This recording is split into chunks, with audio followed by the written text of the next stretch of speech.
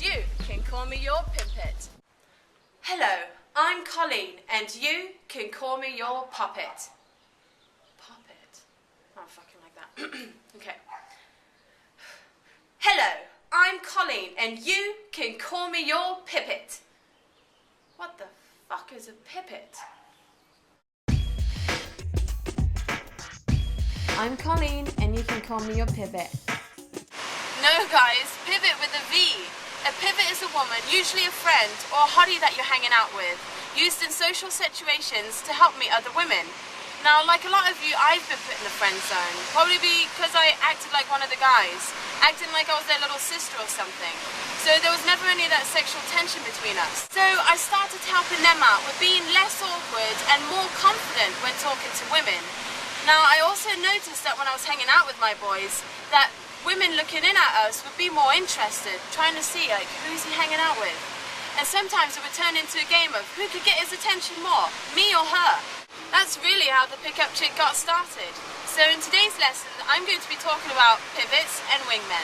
So you have a chick friend, and you guys are definitely in the friend zone. But turn that frown upside down and put her to work as your pivot. When hanging out with your pivot, you want to tease her playfully, joking around like you two are having a great time. But you don't want to seem like you're trying to get into her pants, because that will turn other women off. This not only shows what a playful, fun guy you are, but other women seeing that will recognize that you are accepted on this earth by at least one other woman.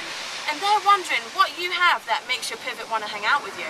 So right off the bat, you're starting on the right track. Now, there are a few things you want to talk about with your pivot before you head out. Your pivot needs to understand that the whole reason of her being there is to help you pick up chicks. And to hang out, of course, but you guys are friends, so she needs to talk you up a bit and give great examples of why she loves hanging out with you. And remember, no negative or embarrassing stories, because then the joke's on you. Haha. Your pivot is a filler when you approach your target. When there are less gaps to fill, she needs to see her way out of your A-B conversation. Now, I told you girls love to talk. Next thing you know, these two girls are yapping away, laughing their asses off, and you're not even in the conversation anymore. So have some kind of signal down of when she needs to back off, or even vice versa when you need some help, like girlfriend, come on in. It's like teamwork. For example, when the conversation runs dry, have your pivot ask you a question or make you tell that one story of that one time. And remember, this is going to be a question you know the answer to and that your pivot thinks is interesting or funny. Another one is excusing yourself. Go to the loo, go get a drink, or say hi to a friend you just spotted. This gives your pivot alone time with your target to pump you up with compliments and value.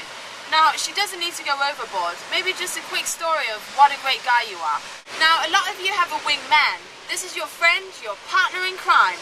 And like I told you before, when we see you enjoying yourself with your friends, we want to join in on the fun too.